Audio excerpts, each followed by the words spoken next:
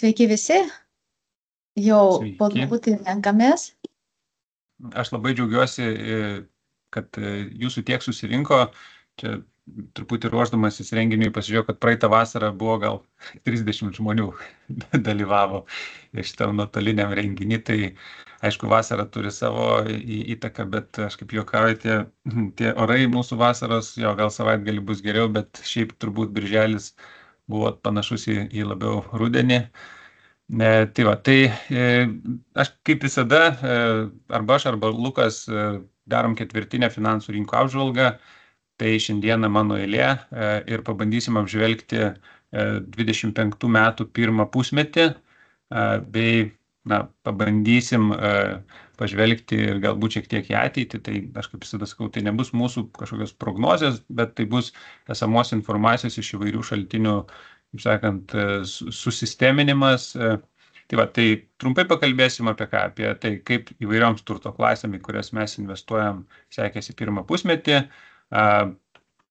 Tenka girdėti, kad S&P užfiksavo naują rekordą. Ką tai reiškia? Ar tas rekordas visur yra vienodas rekordas? Ką rodo makroekonominiai rodikliai? Tada ar JAV doleris, reiškia, jisai dar gali pigti, ar brangs, kokios tendencijos ir kaip mes šiuo metu formuojam investicijų portfelius, kokius pakeitimus darėm ar darom.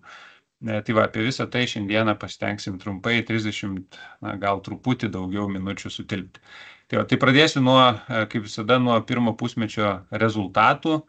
Čia matote tas vadinamas pagrindinės mūsų analizuojamas turto klases ir lentelė yra šiek tiek daugiau rezultatų, tiesiog, kad susidaryti įspūdį, kaip šie metai lyginant su, tarkim, pastaraisiais 3 metais. Tai ką matome, jeigu, tarkim, 22 metai pasižymėjo praktiškai tik tai raudona spalva, 23-24 metai buvo praktiškai tik tai mėlyna spalva, tai šie metai jie tokie gana įvairias spalviai. Rezultatai ganėtinai skirtingi ir nėra, kad tik tai viena spalva dominuotų. Ir rezultatų pasiskirstimas, kaip matote, yra nuo maždaug plus 11-12%, ką sugeneravo auksas, vertinant eurais. Čia visi rezultatai, tiesiog pabrėšiu, yra vertinama eurais. Visos turto klasės, nesvarbu ar JAF akcijos, ar JAF obligacijos, ar auksas, viskas yra eurais. Tai aukso rezultatas eurais nuo metų pradžios apie 12%, tai buvo geriausia turto klasė. Taip pat sąlyginai neblogai sekėsi išsivysčiusių rinkų, be JAF akcijom, apie 6% grąža. Ir trečioje vietoje matom besivystančių rinkų obligacijos 5%.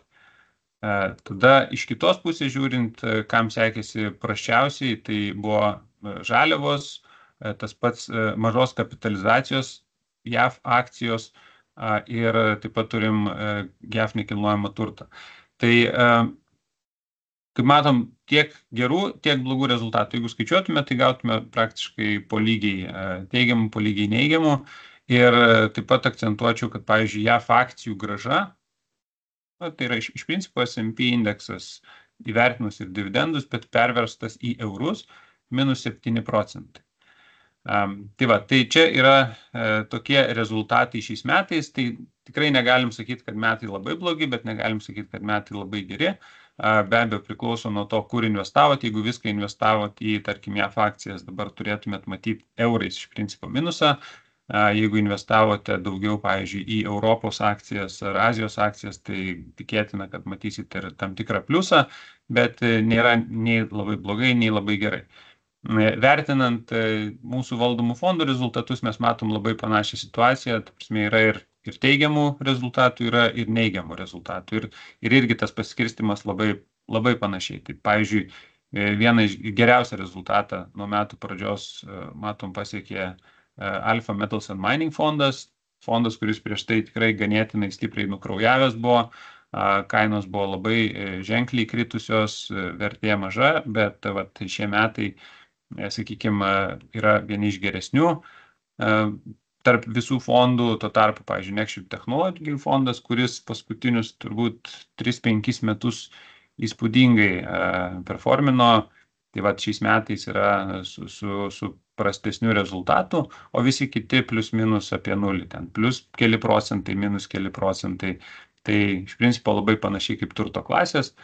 Na ir kaip, pavyzdžiui, Global Equity fondas, kuris investuoja į pasaulio akcijas, bet ne į viską, o tam tikrus regionus galbūt labiau išskiria, apie tą pašnekėsim vėliau. Tai, pavyzdžiui, grąža nuo metų pradžios buvo -4%, tai labai panašiai kaip pasaulio akcijų indekso grąža. Tai va, dabar aš norėčiau apžvelgęs rezultatus tiesiog sugrįžti prie to vieno punkto, apie kurį jau tiek užsiminiau ir ką mes girdim ir iš klientų, ir iš investuotojų klausimų. Taigi JAF akcijos fiksavo naujus rekordus. S&P virš 6000, 6200 plus, yra pasiektas all-time high, bet pasižiūrėjau aš į savo investicijų portfelį eurais ir aš nematau nieko panašaus. Netgi man atskiras akcijas, ten, pavyzdžiui, tą patį Nvidia, kuri ne per seniausiai viršijo 4 trilijonų JAV dolerių ribą, gal girdėjot, gal ne, ir tapo pirma įmonė pasiekusi 4 trilijonų kapitalizaciją. Jeigu vertinsim Nvidios kainą eurais, jinai nėra pasiekusi all-time high.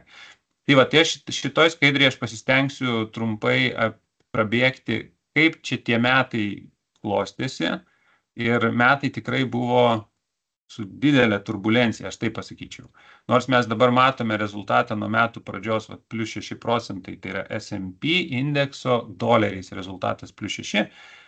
Tai kas atrodo nieko čia įspūdingo, dar plus 6%, gaunam plus 12%, normalus metinis rezultatas. Bet kaip mes iki čia nukeliavom, tai yra tikrai neeiliniai metai, aš taip pasakyčiau. Ir jeigu pasižiūrėti grafiką, tai mes turėjom pirmus pusantro mėnesio ganėtinai stabilus toks neženklus augimas, apie 4% pliusas. Tada kažkas sulūžta. Ir šitoj vietoj buvo ovalinio kabineto pokalbiai, po ko iš esmės atrodo rinka suprato, Trumpas ne šiaip atėjo, jisai turi savo agendą. Ir įdomesnis, aišku, įvykis įvyko balandžio 2 dieną, tai vadinama ta Liberation Day, kai buvo paskelbti tarifai. Ir jeigu iki to momento JAF akcijos jau buvo pasikoregavusios apie 10% nuo piko, gal šiek tiek mažiau, bet tas korekcija jinai tęsiasi ganėtinai ilgai, čia apie mėnesį, netgi šiek tiek daugiau. Tai po to paskelbimo mes matėm per 3 dienas dar papildomai apie 10% akcijų kritimą. Lukas pirmo ketvirčio apžvalgoje apie tai šnekėjo, tai prasme, čia jau, kaip sakant, apkalbėtas dalykas, bet mes matom, kad maždaug per mėnesį su trupučiu akcijos nukrito apie 20%, jeigu ten tiksliai kalbant, tai buvo -22%. Ir paskelbus Trumpui apie tų tarifų įvedimo atidėjimą 90 dienų, ten porą kartų savo socialiniam tinkle parašius žinutę, kad laikas pirkti akcijas, tai turėjom vieną iš geriausių dienų per labai ilgą laikotarpį. Ir iš principo akcijos atsistatė, pasiekė prieš tai buvusi piką ir dabar yra all-time high. Ir po -22% realiai reikėjo plus 30% augimo, kad sugrįžti į tą pradinį tašką ir šiek tiek įviršyti.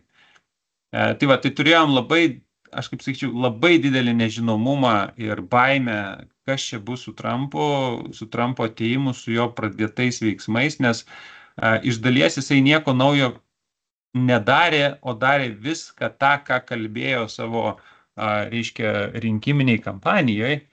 Tik tai, sakyčiau, rinką išgąsdino turbūt tai, kaip jie tą darė. Kad, ta prasme, ta komunikacija tokia griežta, tokia neprognozuojama ir, tiesiog tikrai buvo labai labai daug tos baimės. Ir aš atsimenu, pavyzdžiui, žiūrint į grafiką, pats žemiausias taškas buvo 7 dieną, balandžio 7 dieną, tai buvo pirmadienis. Buvo ketvirtadienis, penktadienis, pirmadienį rinkos atsidarė po savaitgalio -4 ar kiek procentų.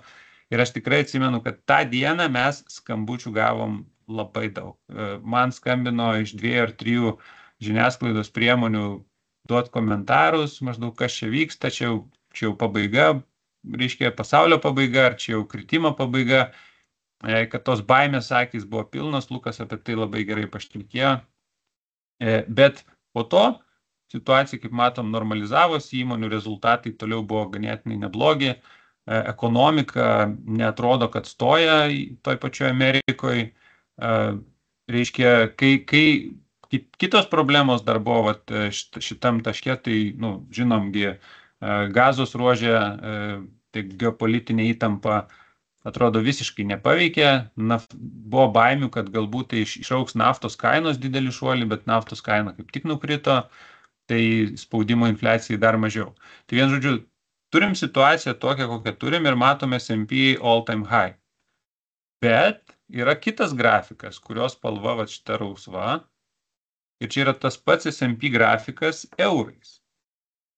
Ir mes turim skirtumą vietoj plus 6%, ką matom S&P indekso rezultate, mes turim minus 6%. Ir tas išsiskyrimas yra dėl labai paprasto dalyko, dėl euro dolerio kurso. Ir kalbant apie euro dolerio kursą, čia yra labai ilga euro dolerio istorija, aš šiek tiek ilgiau gal pakomentuosiu. Tai dabar euras doleris, sakykime, nuo metų pradžios buvo šitas šoktelėjimas. Visoje skaliai 50 metų istorijoje tas šoktelėjimas, turbūt pasakysit, nieko čia kažkokio išskirtinio. Bet per tą laiką, per tuos 6 mėnesius, euras pabrango dolerio atžvilgiu 14% beveik. Ir ta juoda linija, jinai, kur skalė dešiniai pusėje jūsų, jinai parodo būtent, kaip 6 mėnesių bėgė doleris euras sviruodavo. Ir kaip matot, tas intervalas, jisai didžiąją laiko dalį būdavo tarp minus 10 plus 10%, bet buvo atveju ir kai plus minus 20% pasiekdavo. Tai mes per šiuos 6 mėnesius mes turėjom gana stiprų dolerio pigimą, euro brangimą. Ir natūraliai tas įtakoja rezultatą, kai mes dolerinės investicijas išverčiam į eurų valiutą. Tai jūs galite matyti, kad jūsų akcijos pabrango 10%, bet išsiversit viską į eurus ir pamatysit, kad jos atpigo 4%.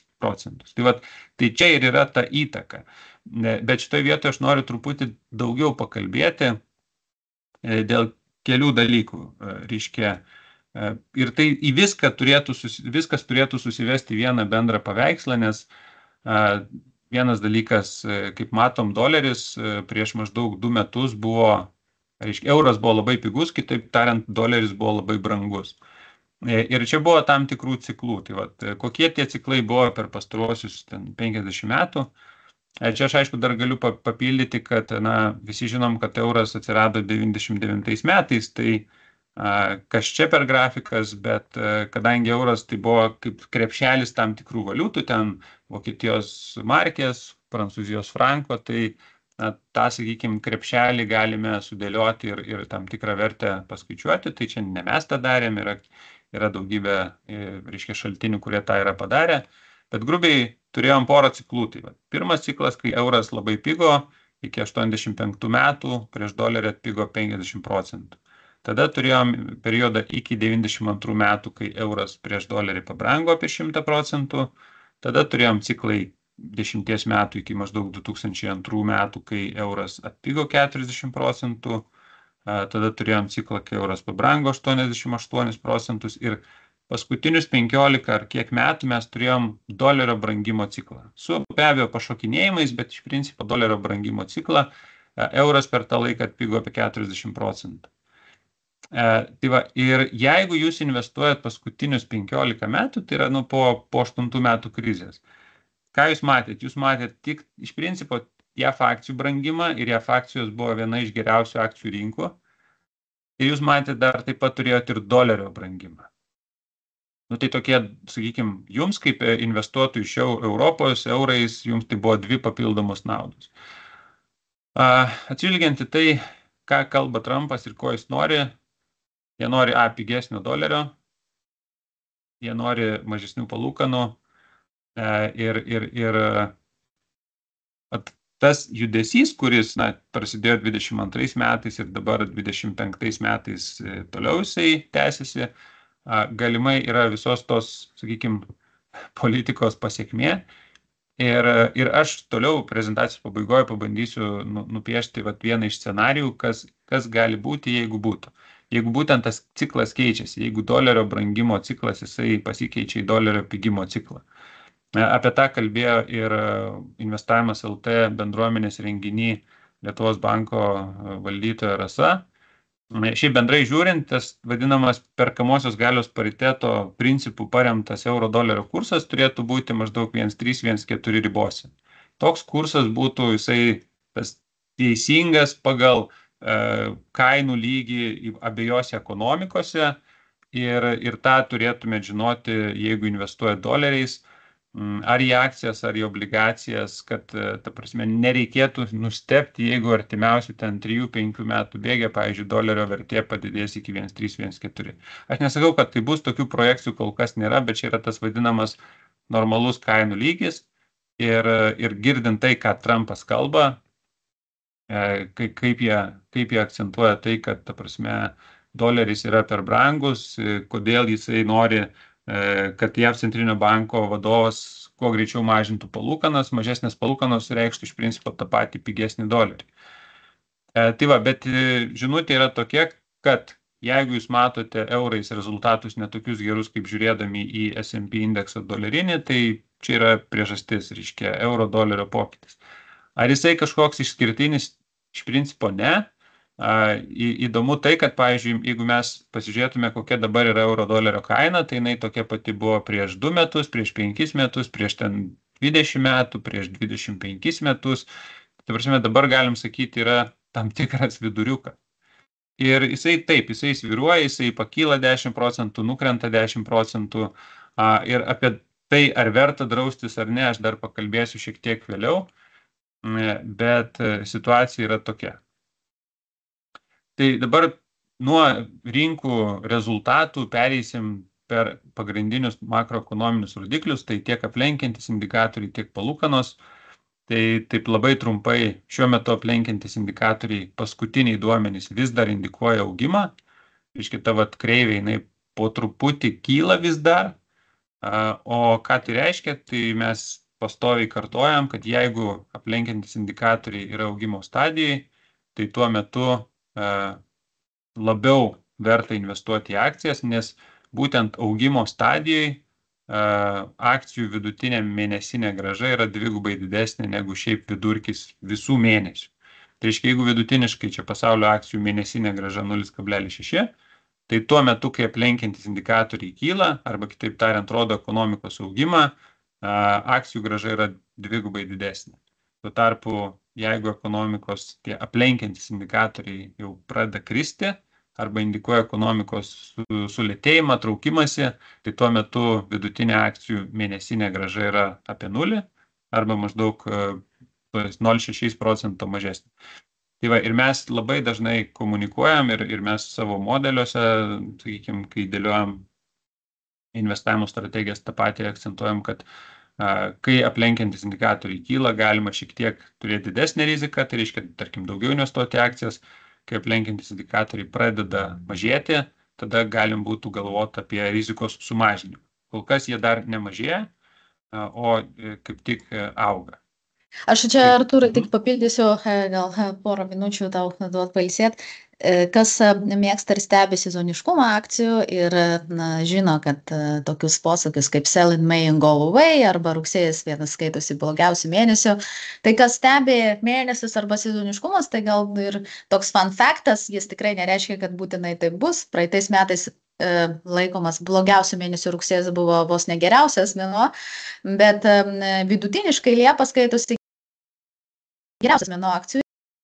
Tai tie, kurie kažkas laukia dėl Trumpo tarifų naujienų arba ten tiesiog galvoja kažką pildyti arba pradėti, tai gal tiesiog verta žinot, kad pagal sezoniškumą arba mėnesio, tai mes dar turime aplenkančius indikatorius, makro rodiklius gerus, bet ir Liepa vidutiniškai yra geriausias mėnuo akcijų rinkom, tai galim ramiai atostogauti, grubiai sakant. Jo, čia šiaip turbūt apie tą sezoniškumą mes labai ilgai, jau turbūt daugiau negu 10 metų tą sezoniškumą pradėjome įvairias strategijas taikyti, dėlioti, modeliuoti, tai sezoniškumas yra labai, kaip čia. Imkim, pavyzdžiui, 30 metų istoriją, mes realiai turim 30 Liepos mėnesių, kas šiaip statistiškai yra per mažas skaičius. Ir gali būti vienas labai blogas mėnuo, jisai drastiškai iškreipia. Tai, bet aš netgi sakyčiau, labiau į tuos sell and may and go away net nekreip dėmesio. Nes, tiesiog elementarus pavyzdys gali būti Liepa geriausias mėnuo, bet Trumpas ateina ir pasako kažkokią nesąmonę ir koks skirtumas, koks tas sezoniškumas praeitį buvo. Tai dėl to, pavyzdžiui, rugsėjo, ar ten yra tie blogieji mėnesiai, rugsėjas ar tai spalis, ten buvo tas Black Monday, ten berot spalio mėnesį, daug tų tokių didelių kritimų. Ir jeigu taip žiūrint literatūrą, maždaug kodėl, nes tuo metu tiesiog po atostogų, per vasarą ramesnis laikas, nieks ten labai kažko didelių sprendimų nepriminėjo, o po atostogų sugrįžta, pradeda žiūrėti ir tada prasideda didesni judesiai. Bet čia, vienu žodžiu, mes sezoniškumą ganėtinai atsargiai žiūrim, būtent dėl to, kad, jeigu paimsim pastarųjų 10 metų sezoniškumą, jis atrodys vienai, paėmus, pavyzdžiui, 50 metų ar 100 metų kitaip.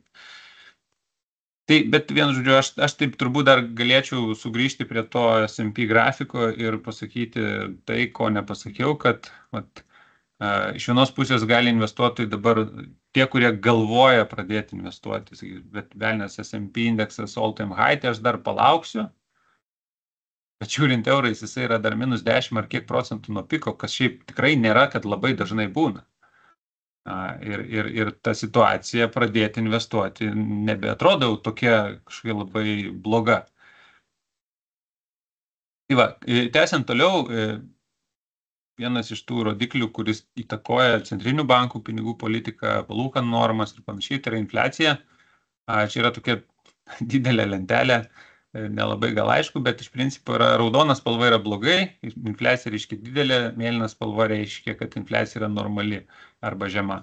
Ir ką mes matom, kad čia buvo tas poinfliacinis šokas, buvo labai didelė dar infliacija, bet nuo maždaug 24 metų rugsėjo maždaug prasidėjo Europai bent jau gerokai sumažėjusi infliacija ir, pavyzdžiui, šiai dienai Europai didžioji dalis šalių infliacija yra apie 2 procentus ar netgi mažesnė, skyrus, tarkim, graikai kažkodėl šiek tiek didesnė infliacija turi.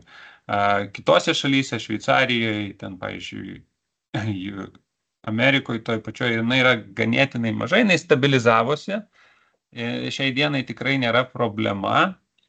Amerikoje jinai yra truputį didesnė negu Europoje ir iš esmės dėl to mes turime tam tikrą pinigų politikos išsiskyrimą. Tai jeigu pasižiūrėsime Europos centrinio banko bazinės palūkanas ir Amerikos, tai Europoje jos sumažintos nuo 4,5 iki dabar beveik 2 procentų, o Amerikoje jos sumažėjo iki 4,5 ir toliau nebemažina. Ir Trumpas dėl to labai pyksta ant JAV centrinio banko vadovo, kodėl jisai nemažina tų palūkanų, kaip kad europiečiai daro. Ir tas palūkanų išsiskyrimas, kurį laiką vis dar turėjo teigiamą įtaką tam pačiam dolerio stiprumui. Šitoje vietoje aš labai noriu dar pakalbėti apie vieną dalyką, gaunu klausimų ir yra investuotojai, kurie sako, žiūrėkit, už JAF obligacijas aš galiu gauti 4,5 procento. Už trumpo termino, ten metų ar panašiai, 4,5 procento tai yra labai gera grąža. Aš noriu ten investuoti. Tai aš šitoje vietoje noriu akcentuoti, kad tai yra labai rizikinga, dėl ko, jeigu jūs investuojate doleriais ir per pusę metų doleris atpinga 14 procentų, o jūs čia gaunat papildomai, tarkim, 2 procentų grąžą, tai jūs potencialiai prarandat 7 metų tą papildomą grąžą per pusę metų. Tai jeigu jūs draustumėtės tą valiutos riziką, jums draudimas grubiai kainuotų palūkanų skirtumą tarp euro ir dolerio. Tai tarkim, dabar palūkanos Amerikai 4,5, Europoje 2, jūsų draudimo kaina būtų iš principo 2,5 procento per metus. Ir čia gavę 4,5 doleriais, apsidraudę, jūs gausit grubiai tą patį 2 procentų. Aš dar parodysiu, kaip keitėsi, tarkim, valiutos draudimo kaina euro dolerio atžvilgiu istoriškai, bet labai dažnai bus situacija tokia, kad tas didesnės palūkanas, jeigu jūs norit gauti kitą valiutą ir nenorit turėti valiutos rizikos sudrausitės, iš principo jūs greičiausiai ateisite į tą patį skaičių. Jeigu jūs nesidraudžiat, jūs turit labai didelę valiutos riziką ir iš tos saugios grąžos fiksuotos ta rizika, jinai tampa tikrai labai didelė. Ne tokia gal didelė kaip akcijų rizika, bet labai didelė. Bet čia aš kalbu apie tuos investuotojus, kurie nori investuoti trumpam laikui į fiksuoto pajamingumo instrumentus. Tai tada geriau rinktis visada yra ta pačia valiuta, kokią gaunat pajamas, turit išlaidas, o ne žiūrėti kitų valiutų. Na tai va, ir palūkanos, kaip matėm, centriniai bankai mažina, Europoje mažino greičiau negu Amerikoje. Dabar kokie lūkesčiai dėl ateities. Tai čia yra dabartinės centrinių bankų palūkanos ir yra rinkos lūkestis metam 2-3 į priekį.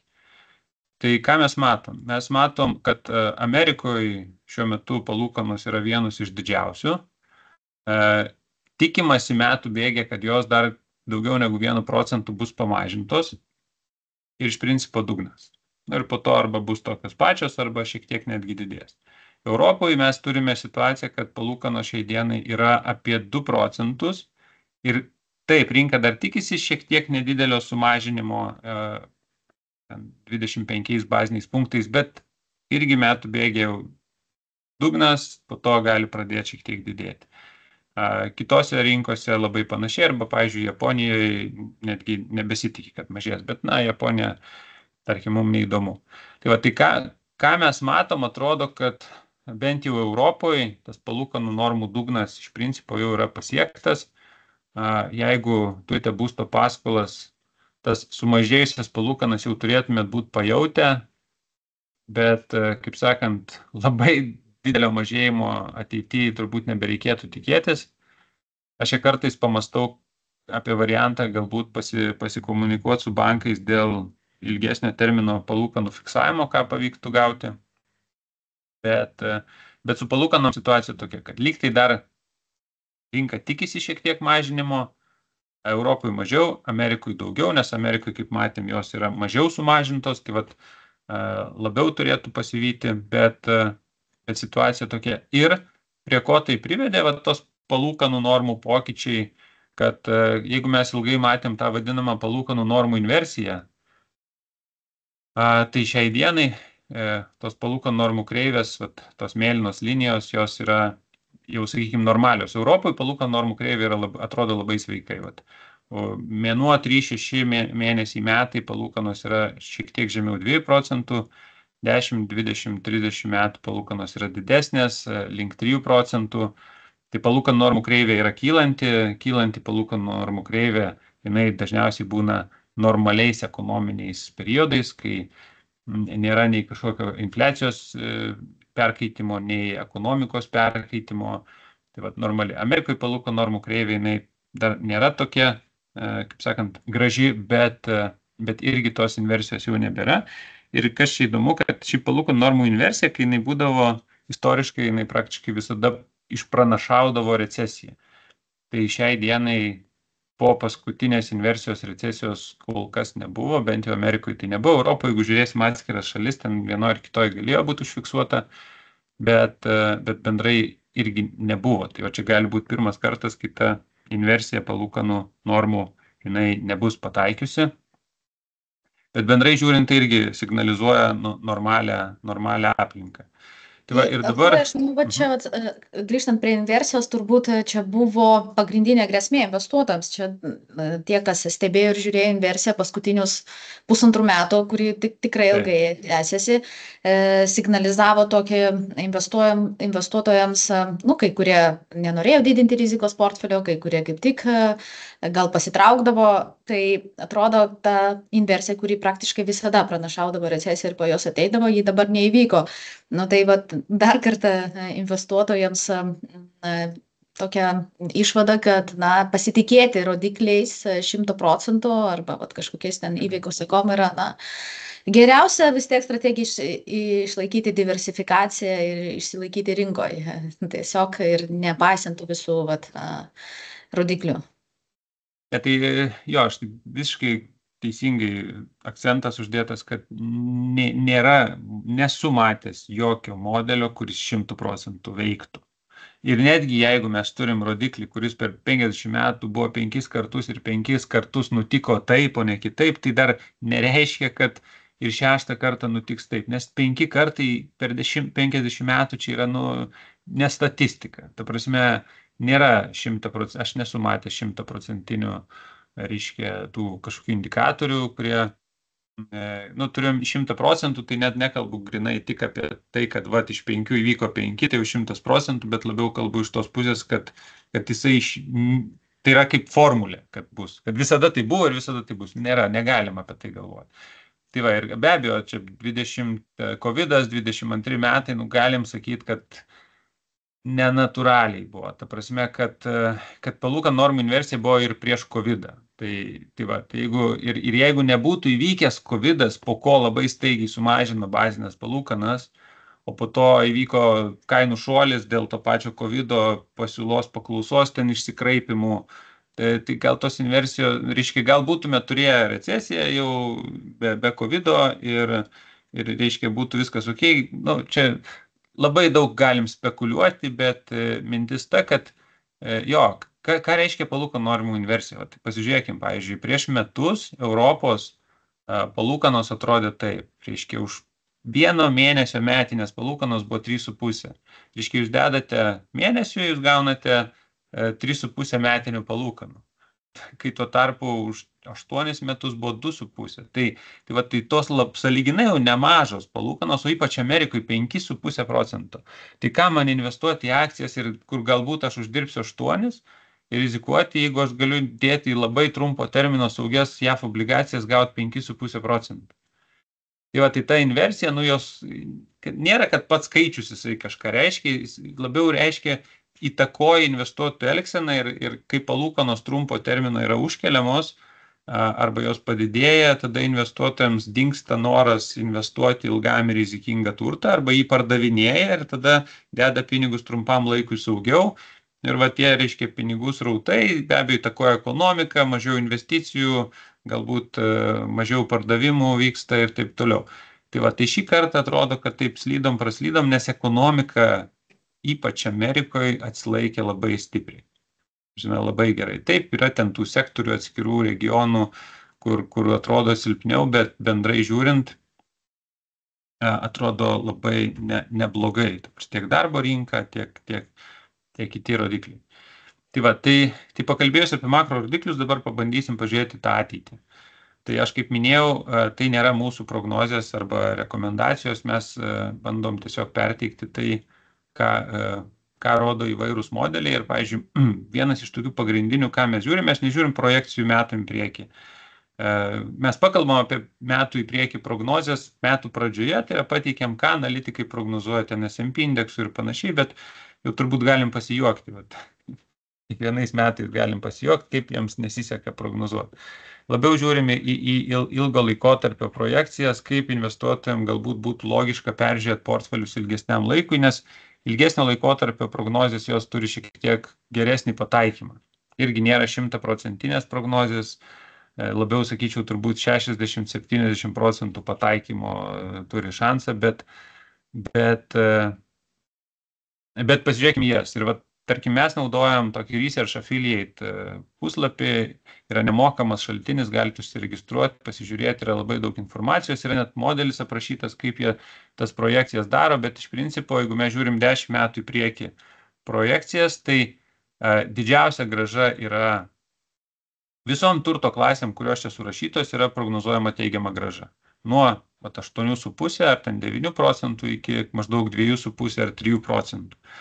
Didžiausia grąža yra prognozuojama akcijų turto klasiai, tai yra raudona spalva, čia yra besivystančių rinkų obligacijos ir tada nekilnojamo turto fondam. Jeigu žiūrėti jau taip specifiškiau, tai čia mes matome išsivysčiusio ir pasaulio mažas įmonės, small, kur yra, tada turim besivystančias rinkas, turim Europą. Tai tas regionas arba tie sektoriai. Tuo tarpu šitoj pusėje mes matom jau kurį laiką US large, tai yra JAF stambias įmonės. Ir būtent jom yra prognozuojama viena iš prastesnių grąžų. Dabar kodėl, iš ko ta projekcija susideda, tai iš principo ten susideda dividendai, pelno augimas ir įverčiai. Tai aš dabar pabandysiu taip išskaidyti, iš kur ateina čia tie skaičiai. Tai sekanti skaidrė parodo būtent santykinį skirtingų akcijų regionų pigumą arba brangumą. Jeigu žiūrėti kairiai pusėje, tie stulpelio intervalas parodo konkretaus akcijų regiono tą PE rodiklį, jo intervalą per paskutinius 25 metus. Tiksliau ne 25, o 35. Tai čia reiškia, kuo jisai mažesnis, tuo akcijos pigesnės, kuo jis didesnis, tuo akcijos brangesnės. Žalia spalva yra vidurkis paskutinių 35 metų. Tai ką mes matom? Mes matom, kad pasaulis ir JAF akcijos šiuo metu yra virš vidurkio, reiškia, jos yra brangesnės negu vidurkis, arba kitaip tariant pervertintos dabar. Kiti regionai yra arba arti vidurkio, arba žemiau jo, tai reiškia, kad arba įvertintos normaliai, arba įvertintos mažiau už vidurkį, kitaip tariant, ne pigios. Ir ką mes, lyginant su prieš tai buvusių grafikų, mes ir matom, kad tom akcijom, kurios yra pervertintos dabar, prognozuojama ateities grąža yra mažesnė. Tom akcijom, kurios yra įvertintos normaliai arba mažiau negu vidurkis, prognozuojama ateities grąža yra šiek tiek didesnė. Ir čia ir turėtų būti tokia logika. Jūs ateities grąžą turėtumėt projektuoti ne pagal paskutinių 3, 5 ar 10 metų rezultatą akcijų, o pagal tai, koks yra jų įvertis. Ir istoriškai čia buvo vienas iš geriausių prognozavimo rodiklių. Jeigu jūs perka daiktą už brangiai, tai ateities grąža mažesnė. Jeigu jūs perka daiktą už santykinai pigiau, ateities grąža yra didesnė. Ir šitos linijos įvairių spalvų jos parodo būtent, kaip keitėsi per paskutinius 15 metų JAV santykinis tas brangumas su kitom šalim. Ir kaip matom, per tą visą laiką, kiti regionai lyginant su JAV, jie vis pigo. Tai dabar, pavyzdžiui, Kinijos akcijos, ten UK akcijos ar Europos akcijos yra maždaug 30-50% pigesnės lyginant su Amerika. Be abejo, jeigu mes žiūrėsim dar toliau, tai kokios yra priežastys, kodėl ta Amerika yra dabar tokia išskirtinė, ar buvo išskirtinė. Reiškia, tai be abejo, mes turėjom situaciją, kad reiškia, labai geros grąžos iš akcijų pusės ir tos grąžos atėjo iš kelių šaltinių. Taip atėjo iš šiek tiek didesnio pelno augimo. Bet pelno augimas, kas yra įdomu, Amerikoje nebuvo, jisai ten, reiškia, kartais didesnis. Jisai buvo didesnis, bet jisai nebuvo ten taip stipriai didesnis, kaip kad akcijų kainų augimas buvo didesnis. Tai kita dalis atėjo iš galbūt likvidumo, reiškia, kad yra didžiausios įmonės gali suvalgyti daugiausiai pinigų. Ir dešiniai pusėje esantis stulpelyje parodo, kokios yra įplaukos į JAV instrumentus. Tai yra net inward investments into US asset, reiškia, į obligacijas pastoviai buvo investuojama, į akcijas Amerikos kurį laiką čia nebuvo investuojama, nes šitas dešimtmetis iki maždaug 8 metų krizės buvo toksai Amerikos akcijom prastas, bet po to situacija pasikeitė ir labai didelis rautai atkeliavo į tas pačias Amerikos akcijas. Tai prie to, ką mes dar pridedam, kad doleris tuo metu brango. Ir iš dalies jisai ir brango dėl to, kad daugiau pinigų keliavo į tos JAV turtą, JAV obligacijas, JAV akcijas. Tai jeigu aš noriu pirkti JAV akcijas, aš pirmą dalykas perku JAV dolerį. Tai geri įmonių rezultatai pritraukia investuotojų lėšas, investuotojai perka JAV doleris brangsta, tos pačios akcijos brangsta. Ir turėjom labai gerą ciklą. Ir priejau aš prie vienos iš paskutinių skaidrių, kur noriu parodyti, kad ne visada tai buvo. Ta prasme, kaip aš minėjau, jeigu jūs 15 metų investavote į akcijas ir jums atrodo, kad taip visada ir buvo, tai atsakymas yra ne. Tai buvo tik tuos 15 metų. Prieš tai buvo labai skirtingų periodų. Ir šitoj skaidriai yra kairiai pusėje esantis stulpelyje, būtent ir parodo įvairius periodus ir dvi turto klasės, kaip sekėsi per tą periodą JAV dolerių lyginant su kitom valiutom ir kaip sekėsi JAV akcijoms lyginant su kitų regionų akcijomis santykinai. Ir matom labai įdomų dalyką, reiškia, tais metais, kai doleris pigo, JAV akcijų grąža buvo prastesnė negu kitų regionų akcijų. Tai nereiškia, kad jin buvo neigiama, bet čia kur žalias stulpelis, jisai parodo skirtumą tarp JAV akcijų ir ne JAV akcijų metinės grąžos. Tai reiškia, kai doleris pinga, JAF akcijų rezultatas lyginant su kitu pasauliu yra blogesnis, kai doleris brangsta, JAF akcijų rezultatas lyginant su kitu regionu yra geresnis. Doleris pinga, blogesnis, brangsta geresnis, pinga blogesnis, brangsta geresnis. Ir va čia mes turėjom šitas 15 metų periodas, JAF akcijos uždirbo beveik 8% kasmet daugiau negu kitas pasaulis ir tuo metu ir doleris brango. Tai ar gali būti, kad situacija keičiasi? Gal jinai jau pasikeitė? Kaip mes žiūrėjom, doleris dugną pasiekė 22 metais ir galbūt po kokių 3-5 metų mes šnekėsim ir mes nubraižysim dar vieną tokį stulpelį. Galbūt, aš nežinau, bet taip dėliojant viską, reiškia, palūkanų normas, Trumpo politika, reiškia, akcijų brangumą Amerikos, aš visiškai neatmešiau, kad pirmas dalykas, kažkada tas pokytis turi įvykti. Ta prasme, istoriškai, čia aišku, tų situacijų daug nebuvo, bet tai buvo cikliška. Yra periodas akcijom Amerikos geriau, pavyzdžiui, 90-2000 metai, 95-2002 metai buvo labai geras periodas JAF akcijom, kas tuo metu vyko, atsimena, dotkomo burbulas. Galiausiai sprogo, formavosi dotkomo burbulas, labai daug pinigų keliavo į JAF akcijas, į JAF IT akcijas, JAF akcijos istoriškai tapo labai brangios, jų ateities grąža buvo bloga, doleris per tą laiką brango, ten dar dėl brangaus dolerio įvyko ir Azijos krizė ir panašiai, ir baigėsi dotkomo burbulo sprogimu. Po to sekantis dešimtmetis JAF akcijom buvo blogas, ta prasme, JAF akcijos buvo blogiausias akcijų regionas, lyginant ten su Europą, su besivystančiom rinkom, ir doleriui tuo metu blogai sekė. Tai kad kažkada tas pasikeis, kad amžinai tęsis JAF dolerio brangimas ir JAF akcijų lyderiavimas, to tikėtis turbūt nereikėtų.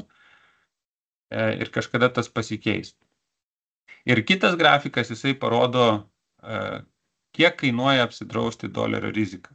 Pavyzdžiui, su euru yra violetinė kreivė, jeigu jūs norite apsidrausti nuo dolerio rizikos, jeigu jūs, tarkim, investuojate JAF akcijas doleriais ir norite apsidrausti nuo dolerio rizikos, jūs šiai dienai metam turėtumėte sumokėti apie 2,5%. Kad yra kaina. Ir paskutinius, 10 metų, ta kaina jinai svyravo nuo 1 iki maždaug 3% per metus. Ir labai dažnai yra taip, kad čia grįžtant prie to investavimo obligacijas ar panašiai, kad būtent ta draudimo kaina jinai ir suvalgys tą pelningumo skirtumą. Aš ar turiu... Taip, tada tu užbaig, jeigu dar. Tai aš tiesiog ką norėjau pasakyti, kad čia, kalbant apie valiutas, būna 2 klausimai. Reiškia, investuoju trumpam, tai trumpam draustis yra logiška, nes per trumpą laiką dolerio pokytis euro atžvilgiu gali būti labai didelis, 10-20%, bet jeigu mes susimokam tą draudimą, tai galiausiai tas mūsų didesnės grąžos, sakykime, potencialas jisai dingsta. Kalbant ilgą laikotarpį, ir aš nekalbu apie ten 2-3 metus, aš kalbu apie 10-20 metų, draustis atrodo logikos visiškai nėra, nes jūs sumokėsite ten tą 1, 2 ar 3%, tačiau ilgainiui, kaip matėte, ten vienoje iš pradinių skaidrių, euro dolerio kursas svyruoja tam tikram intervale. Ir jeigu mes esam ties vidurkiu, plus minus, tai draustis ir investuojam ilgam laikui, valiutos rizikos draustis atrodo nėra logikos, nes jūs tiesiog susimokėsit už tai, bet pati valiuta investuojat ilgam į akcijas, jos rizika, jos svyravimo rizika yra mažesnė negu pačių akcijų svyravimo rizika, tai ta rizika nelabai stipriai ir išauga, kartais netgi jinai padeda sumažinti, skirtingom valiutom investuojant, netgi padeda sumažinti bendrą portfelio riziką. Tai aš tiesiog tą norėjau pasakyti, kad taip yra ciklai, kaip matom, jie dažniausiai ten judėdavo apie 10 metų, tai jeigu be abejo, jeigu mes grįžtume ten, tarkime, 2-3 metus atgal, kai euros doleris yra žemiau vieneto, tada galbūt galvoti apie draudimą yra logikos, nes, tarkim, jeigu doleris nukris 30%, aš, tarkim, tikiuosi, kad tas nutiks per 5 metus, už tą draudimą susimokėsiu per 5 metus, pavyzdžiui, 10%, o uždirbsiu 30%, tai bendrai neto plus 20%. Bet, o jeigu tai nenutiks, o jeigu tai nutiks per 10 metų ar panašiai, tai yra daug tokių papildomų rizikų, tai Tiesiog mano mintis yra tokia, kad tai, kas nutiko per 6 mėnesius, tai yra su dolerio kurso judesiu, tai yra normalu, to bijot nereikia, ta prasme, jeigu investuojate į akcijas, tai ta svyravimo rizika, jinai natūraliai jau turėtų būti priimtina ir valiutos rizika irgi turėtų būti priimtina. Tai Aš, Irena kažką tai. taip, aš Artūrai norėjau vienus porą dalykų tik papildyti, nes yra klausimų apie large capus. Tai turbūt reikia paminėti, kad ką pasiekė doleriai šiandien S&P 500 visų laikų aukštumas, mes čia į grafikus neįdėjom, bet vėlgi dėka Magnificent Seven, tai iš esmės technologijų kompanijos, vėl S&P 500 į naujas aukštumas atvedė. Dabar kitas dalykas, ką Artūras rodė, tame grafike, ką rodo mums ateities sandoriai, tai iš esmės nėra tai, kad Amerikos large cap ar didžiosios kompanijos jos bus minuse, bet tiesiog jos auga mažiau negu kiti. Jo, Tai čia, taip. Ir čia turbūt, jeigu klausimas yra iš technologijų pusės, tai vėlgi technologijos nėra, tik technologijos nėra large cap. Large cap yra viskas ir finansai, ir prekyba. Ir tarkim, jeigu iš technologijos jos gali, kadangi jų pelno maržos geresnės, augimo tempai vis dar geresni ir taip toliau. Ir jeigu žiūrėti ten tą patį Magnificent Seven, aš grafiko neįdėjau, bet pelnų prognozės metam 2 į priekį, tai Magnificent Seven pelnų prognozės yra didesnės negu bendrai large capų. Keliais, ten, jeigu taip nesumeluot, ten 10-12 VS 7%. Ne? Tai va, tai jeigu čia, tarkim, US large capų yra prognozė labiau 3, tai Techo galimai prognozė būtų 6-7, bet nebūtinai 15. Tai vat aš labai dažnai, ką girdžiu iš investuotojų, kurie investuoja į akcijas, jie pasižiūri paskutinių 3-5 metų rezultatą, mato 15-20% grąžą ir tikisi, kad tai tęsis ir toliau. Bet turbūt logiškas sprendimas būtų pažiūrėti ilgo laiko istoriją, pavyzdžiui, 50 metų, kur grąža yra vidutinė apie 12%. Ir jeigu paskutinių 5 metų grąža buvo labiau 20, tai galbūt kitų 5 metų grąža reikėtų tikėtis, kad bus mažesnė už tą vidurkį. Bet imant ilgą laikotarpį, labai ilgą, tai orientuotis reikėtų į tą ilgo laikotarpio metinę grąžą. Ne 3 metų vidurkį, ne ten 5 metų pastarųjų, bet ilgesnio laikotarpio. Tai va, ir čia be abejo tas, mes nežinom ateities. Vėlgi, tie skaičiai, kuriuos pateikėm, tai nėra mūsų ten sugalvoti, nėra, kad dabar čia rekomenduojam visas JAF akcijas parduokit, o reiškia kažką kitą pirkit. Tai jeigu investuojate asmeniškai, tai turit 2 kelius. Vienas kelias tiesiog perkat visą pasaulį arba konkretų sektorių, sėdėt jame, periodiškai pildote, kaip jums ten patogiau, kaip jums gaunasi ir važiuojat. Bet kitas variantas yra daryti kažkokius aktyvus sprendimus. Tai va, iš to, ką mes čia pateikėm, tai galbūt yra tam tikri grūdeliai, reiškia, smegenim, į ką galim būtų pažiūrėti ir kaip galbūt būtų logiška peržiūrėti. Bet jeigu to nenori daryti, tai yra fondų, tarp mūsų valdomų fondų aktyvių, kurie neinvestuoja į vieną sektorių ar vieną regioną, bet yra aktyvūs. Ir jie keičia savo struktūrą pagal besikeičiančią rinkos situaciją. Tai va, tai tiesiog čia mes daug kalbėjom ir aš noriu pabaigai pateikti, pavyzdžiui, 2 fondus, kurie yra aktyvesni ir jie investuoja arba į vairias turto klases, tai yra Global Momentum fondas, arba investuoja į akcijų turto klasę tik tai, bet gali keisti regionus. Ir kaip pavyzdys, šiai dienai Global Momentum fondas, kuris labai ilgą laiką turėjo JAF akcijas. Aš dabar bijau sumeluot, bet taip sakyčiau, nuo tų 2010-2012 metų didžiąją laiko dalį JAF akcijos buvo kaip turto klasė. Tai jau paskutinius 3 ar 4 mėnesius JAF akcijų mes neturim. Beros vasario pabaigoje pardavėm ir pakeitėm ir ten buvo biški besivystančių rinkų. Dabar yra ir besivystančių rinkų akcijos, ir Europos, Azijos akcijos. Tai yra išsivyščiusios be JAF. Ir turim aukso kažkiek.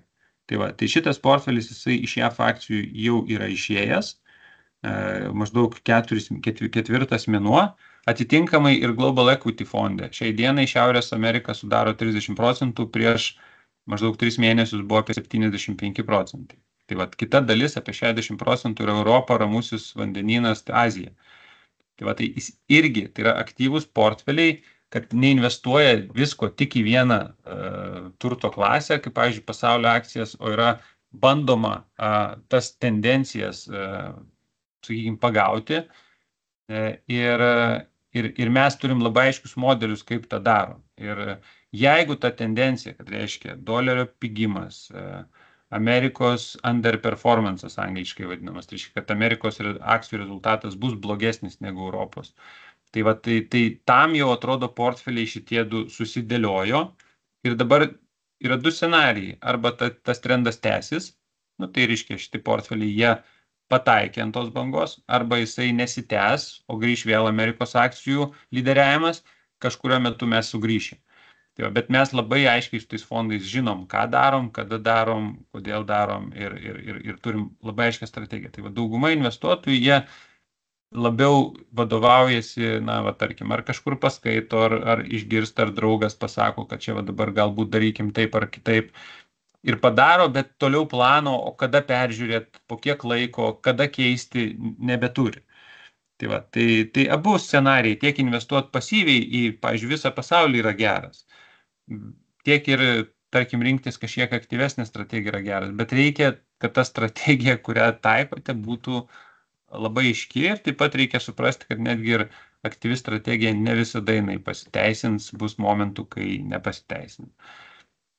Tai pabaigai tiesiog trumpai išvados. Pirmas pusmetis buvo ganėtinai didelės turbulencijos, nors po pirmo ketvirčio neigiamų naujienų atėjo labiau, sakykime, teigiamas naujienos arba teigiamos emocijos į rinkas ir šiai dienai didelės dalies rinkų kainos šiek tiek atsitiesė. Didžiąją dalį to atsitiesimo mums kaip europiečiams suvalgė dolerio pigimas. Bendrai ekonomikos aplenkiantis indikatoriai toliau signalizuoja augimą, tai leidžia būti šiek tiek labiau agresyviems.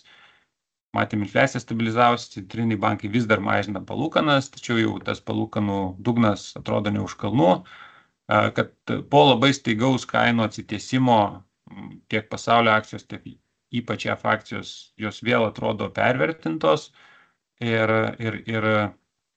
kad žiūrint į aktyvius portfelius, kurie peralokuoja savo pozicijas, tai šiai dienai didesnė dalis yra nukreipta į ne JAF akcijas, tai yra išsivyščiusių rinkų be JAF, besivystančių rinkų akcijos ir auksą. Bet kuriuo atveju aš turbūt, kaip čia Lukas įvedė tradiciją, pabaigiam diversifikaciją, kad nei mes, nei niekas kitas nežino, kokia bus pelningiausia turto klasė kitais metais. Tai bet kuriuo atveju niekada nereikėtų investuoti į vieną sektorių, į vieną regioną, į vieną akciją, to labiau. Tai kažkokį išskaidimą turėti. Dabar koks jisai, ten jau kitos detalės, jeigu norit, galite pasiskaityti pas mus svetainėje portfelių skiltyje, yra tam tikra koncepcija, kaip pavyzdinė pateikta, galite investuoti kažkokiam proporcijom į akcijas, obligacijas, tai čia jau yra, kaip čia, technikos klausimas, bet kad turėti daugiau tų skirtingų investicijų. Tai aš dėkui už laiką, truputį užtrukau ilgiau ir tikiuosi, kad bus klausimų. Yra šiek tiek klausimų, bet kol dar gal kas galvoja, aš labai prašau visų pažymėti, ar informacija šiandien, kurią išgirdote, jums buvo aktuali ir suprantama, dalinai suprantama aktuali, buvo sudėtinga suprasti. Gal norėtumėt kitų kažkokių naujienų išgirsti, tai jeigu turit nuomonę, tai pasidalinkite, aš būsiu pirma, tai paspauskite mygtuką, mums labai svarbi jūsų nuomonė ir mes tikrai į tai atsižvelgsime. Matau, kad yra keli klausimai ir aišku, visi labiau yra apie portfelius šiandien ir apie portfelių rokaciją, tai Dariaus klausimą turbūt šiek tiek atsakėm, ar verta mažinti akcijų dalį Amerikos ir Europos ir emerging markets. Tai paskutinė skaidrė buvo apie tai. Kalbant apie Ryčio klausimą, apie asmeninį portfelį turbūt viešai mes tikrai nekalbėsim, nes reikia ženkliai daugiau duomenų, kaip jums perskirstyti savo portfelį, bet yra kitas klausimas apie obligacijas. Tai reiškia, obligacijų kainos yra sumažėjusios mažėjant palūkanų normai. Kaip tu, Artūrai, manai, koks Europos eurais obligacijų potencialas augimas per sekančius keletą metų, kai palūkanų norma prognozuojama stabiliai? Ar tai rodo, kad obligacija gali būti ten 2%, 3% lygyje? Tai aš turbūt reiktų pataisyti, nes obligacijų kainos palūkanom mažėjant jos didėja. Tai čia vėlgi, nežinau, kad palūkanom mažėjant obligacijų kainos didėja. Čia yra matematinė priklausomybė, kuri susiveda į būtent tą būsimą pinigų srautą. Tai aš gal šitą dalį praleisiu komentaro, bet toliau, reiškia, Europos eurais obligacijų potencialų augimas per sekančius keletą metų. Tai kalbant apie investavimo obligacijas, nėra geresnio rodiklio, kaip esamas pajamingumas prognozuoti būsimą grąžą. Ir man labai, pavyzdžiui, nepatinka, kai, aišku, skirtumas, kas man patinka, bet jeigu kalbam apie investavimo obligacijas, pavyzdžiui, pasižiūrite, Europos bendras obligacijų krepšelis yra toks euro aggregate. Jo vidutinis pajamingumas iki išpirkimo yra 2,5%. Tai tokios grąžos ir turėtumėte tikėtis. Jeigu palūkanos dar mažės, tai gali būti šiek tiek netgi didesnė ta grąža.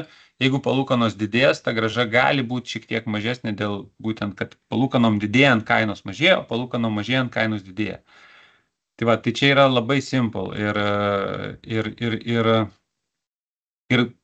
taip logiška tikėtis tos 2-3% grąžos. Dabar ar tai rodo, kad obligacijos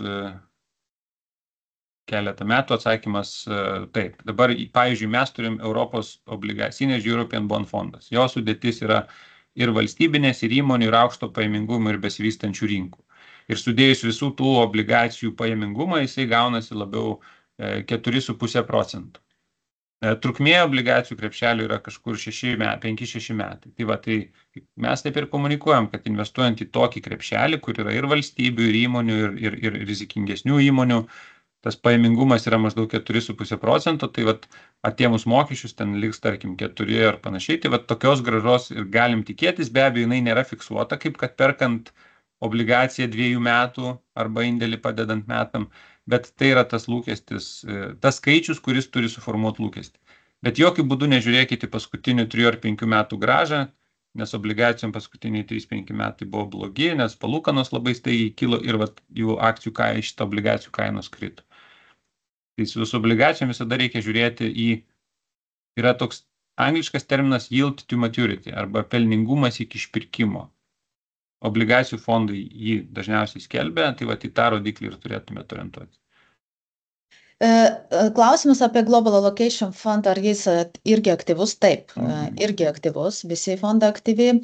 Nežinau apie karo grėsmę, ar mes... Aš gal čia dar patikslinsiu. Jis dabar, taip bendraja prasme, aktyvus ir pasyvus fondai išsiskiria tuo, kad pasyvus seka indeksą ir taškas, aktyvus jie gali judėti.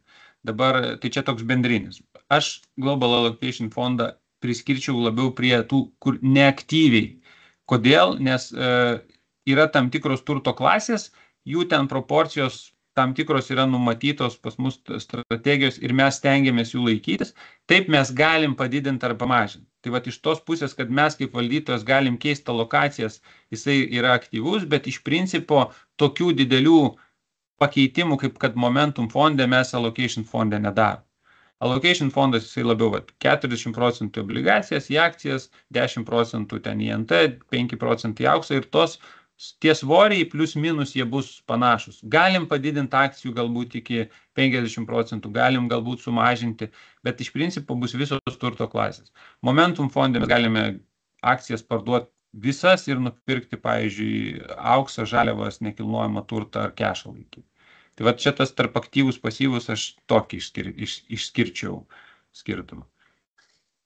Vėlgi, dabar ar verta pirkti obligacijų kažkokių ir dar tipinių, specifinių, tikrai priklauso nuo jūsų asmeninės turbūt strategijos ir požiūrio, čia reikėtų atskirai kalbėtis, bet turim klausimų apie technologijas. Vėl, Artūrai, ir Nekščiui vis tiek uždominuojam mūsų eterį ir mes gal, tai sakau, vėlgi Magnificent 7 grafiko mes neturėjom, bet gal gali tu iš savo pusės tada tiesiog pasidalinti, kas yra tas įverčiai, gal turbūt tas būtų aktualiausia šiandien, tai lūkesčiai technologijoms. Kalbant apie, tai čia turbūt negalim nepasakyti to, kad jeigu žiūrėti, pavyzdžiui, JAF akcijos yra brangios, istoriškai, nežiūrint, tai tos pačios technologijų akcijos jos irgi yra sąlyginai brangios. Ką tai reiškia? Tai reiškia, jeigu taip žiūrint iš tos primityvios perspektyvų pusės, būtent per įverčių prizmę, tai lūkestis turėtų būti mažesnė grąža negu istorinis vidurkis. Jeigu istorinis vidurkis buvo 12, tai galbūt dabar reikėtų galvoti, žiūrėti apie ten, sakyčiau, toks racionalus lūkestis turbūt būtų, aš sakyčiau, labiau 8. Trumpesnių periodų, čia kalbu apie 5 plus metų. Jeigu mes žiūrim apie ten 15-20 metų į priekį, tai aš žiūrėčiau į tą patį vidurkį. Kad taip, technologijų akcijos, jos turi potencialą uždirbti daugiau negu bendrai JAF akcijų krepšelis, dėl ko? Dėl to, kad įmonės yra pelningesnės, labiau auga, maržos didesnės ir panašiai. Bet va, tos perspektyvos, jeigu žiūrim iš grinai to ateities grąžų prognozavimo modelio prasme, kuris remiasi įverčiais, tai aš turbūt kaip pagrindinę riziką ir vertinčiau tai, kad ir šiaip labai daug dabar išeina tokių tyrimų, kur bando analizuoti Amerikos išskirtinumą buvusį ir ar kiek yra logiška, kad jis dar tęsis. Tai čia, turbūt reikėtų akcentuoti tai, kad tas išskirtinumas, jisai turėjo savo kainą, kad, reiškia, to turto, amerikietiško turto vertė, jinai yra užkilusi. Ir ką tai reiškia, dabar įsivaizduokim, kad toliau sugeneruota patį 12% grąžą, pavyzdys. Tai, o kadangi įmonės kainos yra pervertintos, tai pelnai turėtų augti dar daugiau negu to, tarkim, 12%, ko tikėtis jau tampa sunku. Tik priminsiu, Artūrai, kai 18 metais paleidinėjom šitą fondą, tą patį šnekėjom. Ne, tai va čia tas ir yra, kad matėt, ką mes matėm, kad tas Amerikos išskirtinumas tęsiasi 15 metų. Šiaip istoriškai labai ilgas laikas. Tai va prieš 5 ar kiek metų buvo 10 metų, jau ilgas laikas, kai Amerika lyderiavo ir buvo brangesnė. Ir dar 5 metai jinai tapo, kaip sakant, dar ir dar toliau lyderiavo ir netgi tapo dar šiek tiek brangesnė. Tai jeigu žiūrint taip, kaip čia, yra dvi teorijos. Viena teorija yra ta vadinama inertiškumo, kur žiūri ten maks metus į priekį ir iš principo gali pirkti tai, kas pastaruoju metu lyderiavo, bet trumpam laikui. Tai kas yra įdomu, kas nutiko per paskutinius pusę metų, Amerika nustojo lyderiauti, žiūrint grinai akcijų kainų pokyčius. Didžiąją laiko dalį, paskutinius 10 ar kiek metų Amerika lyderiavo, technologijų sektorius lyderiavo. Tai dabar kas nutiko, įvyko tas shiftas. Jis gali būti trumpalaikis, kaip matėm, akcijų kainos nukrito, kaip greit nukrito, taip gana greit ir atsistatė. Ne? Kiek Magnificent 7 atsitiesė turbūt, nežinau. Per 2 mėnesius. Tai žiūrint doleriais, ta prasme, kad kainos atsitiesė labai, labai tvarkingai. Ir klausimas, ar užsienio investuotojai, kaip pavyzdžiui, Danijos pensijų valdytojai, dėl ten visų tų Grenlandijos bairių, jie sako, mes pardavinėjom JAF turtą. Pavyzdžiui, yra tikrai nemažai spekulacijų, kad tam tikros šalis nebeperka arba mažiau perka JAF obligacijų grinai dėl tų ir Trumpo politikos, dėl baimės, kad galbūt gali užfryzinti, kaip kad rusams užfryzino. Tai dėl to pačio Trumpo įvedamos, aš dabar neatsimenu ten numerio, bet tam Big Beautiful Bill yra 889 punktas ar koks, kur planuoja įvesti užsieniečiam apmokestinimą palūkanų ir dividendų dar 5, 10, 20%. Tai suprantat, matėm tą grafiką, kuris parodė, aš gal sugrįšiu srautus į JAF. Čia kiek trilijonų akumuliavosi užsienio investicijų į Ameriką. 25 trilijonų. Ne? Tai spaudė dolerį į viršų, brangti. Ir Trumpas sako, tai mūsų rinka yra išskirtinė, visi jos nori. Tai apmokestinkim, susimažinsim deficitą. Tai dabar, ar gali būti, kad kai tie mokesčiai bus įvesti, kad tie 20 trilijonų pradės judėti kažkur kitur. Kaip kad judėjo, pavyzdžiui, ne JAF obligacijas, o į auksą. Gali būti. Aš nežinau, ar tai bus, bet tai yra galimybė. Ir tos pačios akcijos Amerikos gali toliau sėkmingai dirbti ir uždirbti pelną, bet tiesiog jų tas įvertis trauksis dėl to, kad kapitalas išeidinės. Šit kaip pavyzdys yra Kinijos pavyzdys, kai Kinija prieš kiek ten 3-4 prieš COVID dar, man atrodo, pradėjo tas technologijų įmonės bauduoti. Politika pasikeitė šalies ir visas kapitalas, kuris daug metų plaukė, jisai išeidinėjo. Ir dabar Alibaba kainuoja, nežinau, 2-3 metinius pelnus. Ir ką, ir nebrangsta kol kas. Kol dar nepasikeitė ta politika, kol jinai nepadraugiškėjo. Tai čia yra potenciali rizika. Tai kai aš matau, kad akcijos yra sąlyginai brangios, kad doleris yra sąlyginai brangus, kad įmonių pelningumas yra pike, kad keičiasi politika, kad, ta prasme, iš politikų pusės mes matom labai aiškę komunikaciją, ko jie nori, kad jie nori pigesnio dolerio, mažesnių palūkanų ir kad dar apmokestins užsieniečius. Tai visa tai yra tam tikra potenciali rizika, kuri jeigu materializuosis, tai tas Amerikos išskirtinumas, jisai gali būti pasibaigęs kažkuriam laikui. Nereiškia, kad įmonės neuždirbs pelną. Tiesiog, kad už tą patį pelną pasaulis mokės mažiau. Nenorės pirkti arba tiek daug, arba kažkokia dalis pinigų tiesiog iškeliaus kažkur kitur. Linai, matom jūsų klausimą dėl pajamingumo obligacijų ir palūkanų normų, visiškai teisingai parašėt, apie tai Artūras ir dar minėjo ir klausimuose atsakymus ir prezentacijoje, bet to įrašę galėsite dar paklausyti. Gal pabaiga dar apie aukso kainą, žiūrėk, tai turim tą 10-metį kažkokį išskirtinumą, netyčia aukso, kuris lenkia akcijų rezultatus. Tai mes jau apie auksą irgi jau ilgai kalbam, čia kiek čia dar gali tas tęstis? Paspekuliuojam. Aš spekuliuoti nenoriu, aš turbūt pasakysiu dvi kryptis. Viena kryptis man asmeniškai, kuri labai patinka, tai yra grinai nustatot, tarkim, turit 50 ar kiek procentų portfelio auksai ir turit. Ir jeigu jis dabar pabrango, jo dalis padidėjo, jūs ją kažkiek parduodat, perkat kažką, kas nepabrango tiek arba net atpigo. Tiesiog turi tą kažkokią pasyvę nusistatę proporciją. Antra dalis, tai ką mes taikom Momentum fonde, tai turit labai aiškę strategiją, kada įeinat, kada išeinat. Auksas vis dar yra numeris 1 turto klasė Momentum fonde pagal tą inertiškumo parametrus. Bet jis labai stipriai mažėja. Ta prasme, lyginant, kaip buvo prieš mėnesį 2-3, ta prasme, vis dar yra tarp top 3, yra realiai pirmoje vietoje, bet dar 1-2 mėnesiai situacija, jeigu kažkiek keičiasi, tai gali būti, kad ir mes parduosim. Aš tiesiog, kad mes prisitaikysim. Tai dabar šokti tą traukinį, matant, kad per metus pabrango ten nuo 2000 iki 3,5, tai čia yra blogiausias sprendimas. Taip, jūs kažkuriam laikui galbūt pataikysit, dar pakils, bet jūs iššoksit visiškai be jokio plano, neaišku, kada parduosit, o tiesiog tikėdamėsi, kad toliau kils. Čia yra, to nereiktų daryti. Tai aš siūlyčiau vadovautis arba reiškia nusistatot proporciją, kiek jūs norit turėti aukso, nes auksas aš vis dar manau, kad yra turbūt viena iš geriausių turto klasių portfelių rizikai diversifikuoti. Mes darėm labai daug skirtingų analizių, patys skaičiavimų, kas vyksta su aukso kaina per akcijų kritimus, kaip koreliacija, ta prasme, kol kas nėra, atrodo, geresnės turto klasės portfelio rizikai mažinti, tai yra diversifikuoti. Arba antras variantas, turit labai aiškius tikslus, kada įeinat, kada išeinat.